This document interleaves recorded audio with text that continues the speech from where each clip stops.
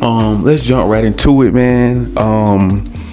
I think it's about time to break the news about why Sony wants to stop the Call of Duty Activision deal, man. I know you guys been hearing like 1,000 different stories.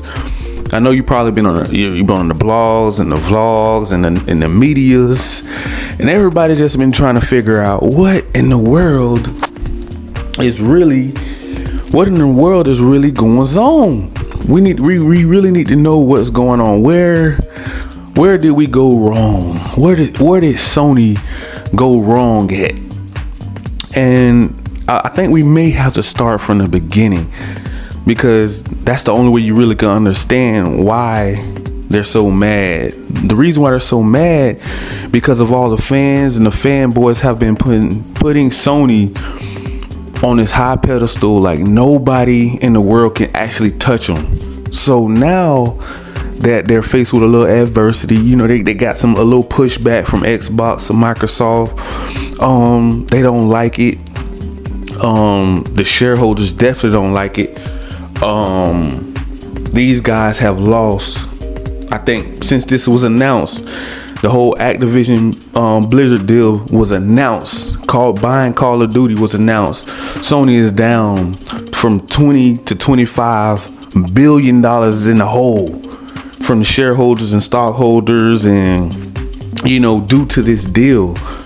So you can kind of see why that would piss anyone off. If you look at your bank account and you're down 25 billion the next week, by next week or the next few days, because everybody pulled out their market shares and stocks in your company, because we don't really want to, we're in scarcity. We're scared that hey man, Call of Duty could be leaving for good, and you guys are going to be losing that extra $20 a game.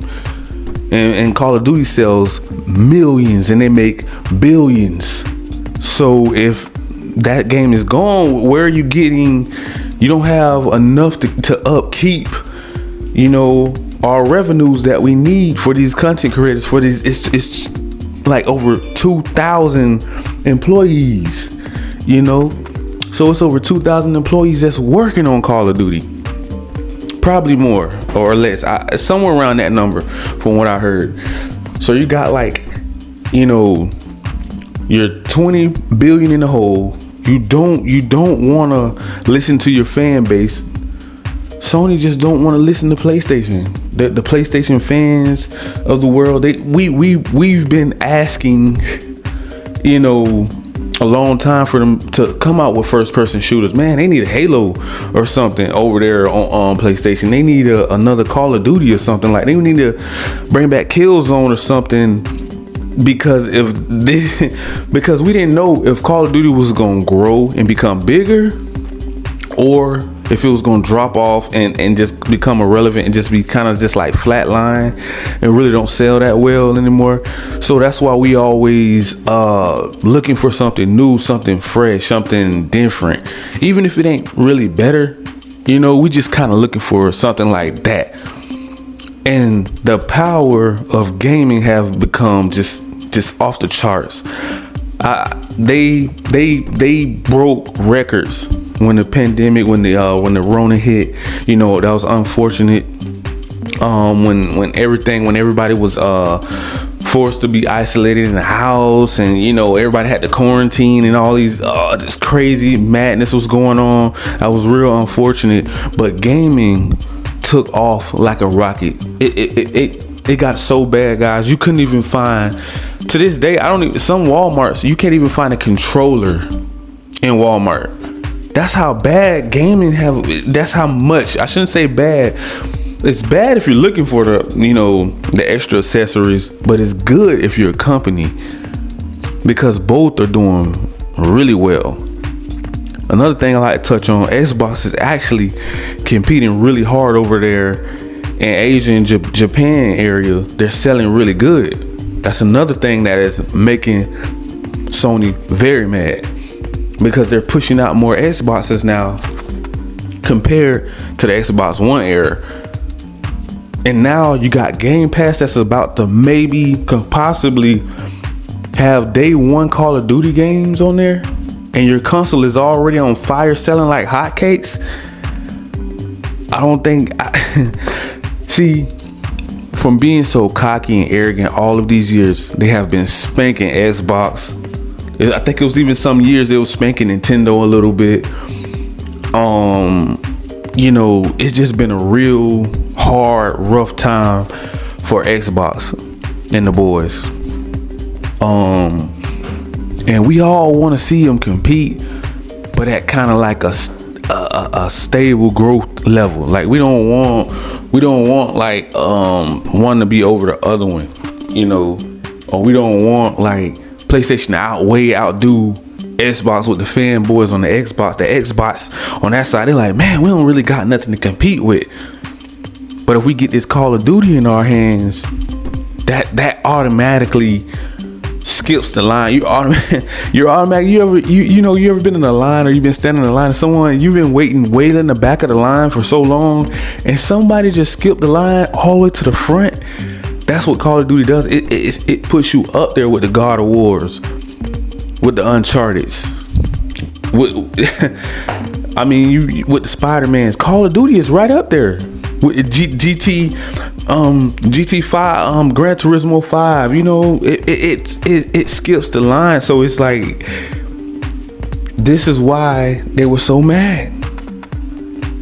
I didn't know why Sony was so mad at first. I knew, but when I started, going over blogs and vlogs and looking at the medias and reading all the updates and going through all the news, and I was like, wow, okay, so now it makes sense. There were 20 billion plus in the hole because the shareholders pulled out all their money, and it was like, well, it could possibly go back up, later after the deal is finalized. But everybody's like, well, yeah, we need to know about another 2 or 3 years, because we don't really know. Okay, the next 1 or 2 Call of Duties are gonna be on PlayStation. After that, are they gonna start making one of them exclusive? They may just come out with Warzone and make that multi-plat. That's still giving PlayStation the Call of Duty, but they may make Modern Warfare 3 exclusive.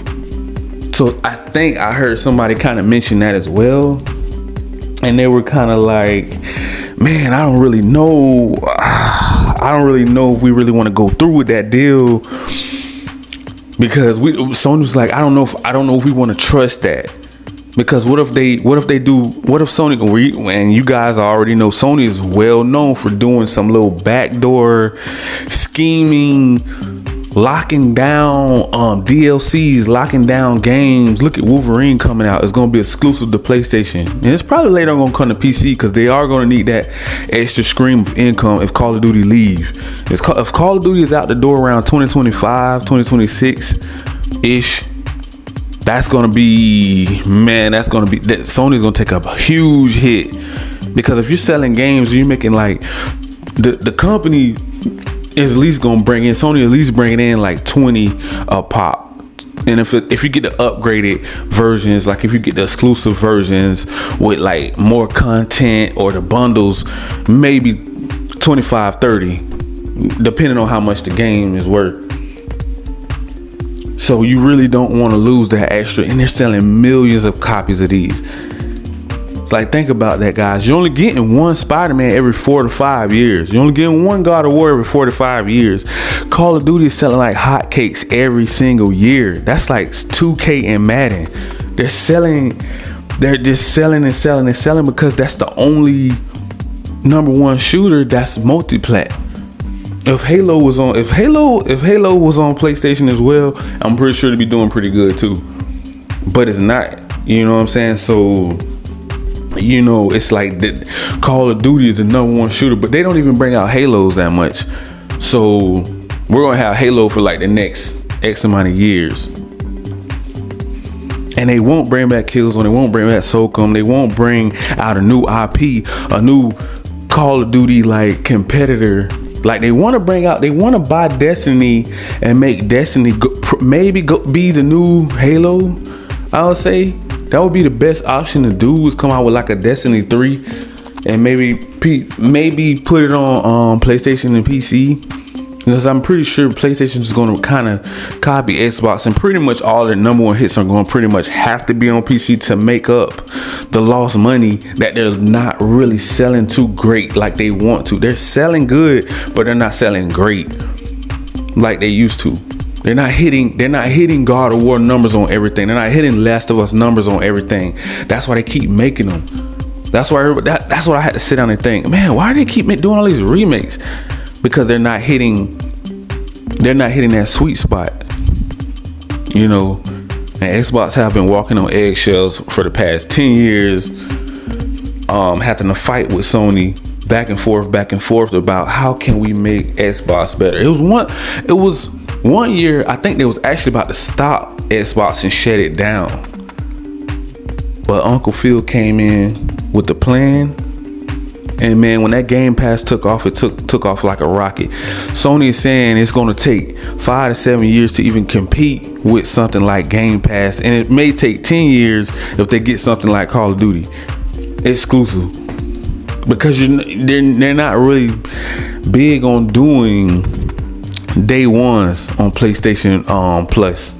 They don't really want to do day ones on PlayStation Plus, Extra, and Premium. It's too many tiers already. Get confusing after a while. You got the regular one, you got the Extra, you got the Premium, you got the demos and all this other stuff. It's like, it's too much. You should only had 2 tiers. You shouldn't have had 5 or 6 different tiers that we got to choose from, which is confusing.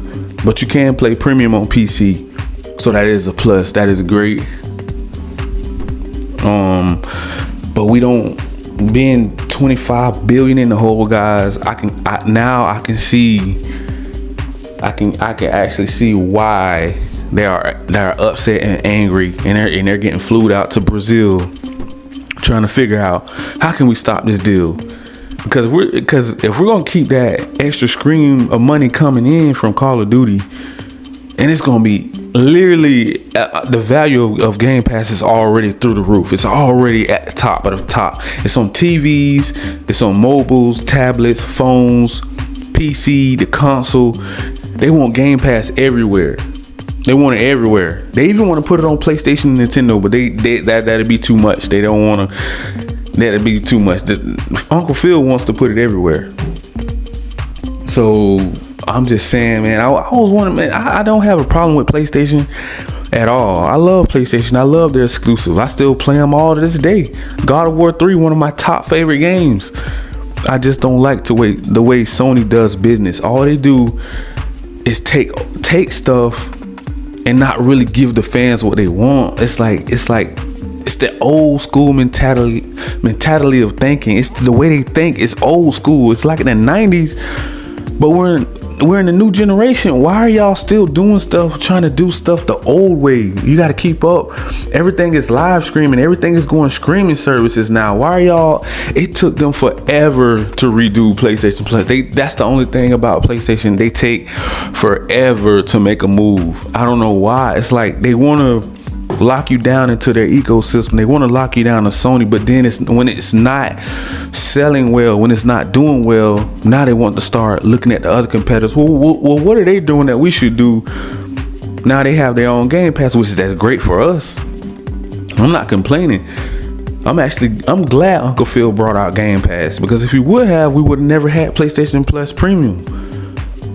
You guys know there's no way PlayStation would have ever did a Game Pass if it wasn't for Game Pass. Over almost 30 million subscribers plus probably already right now.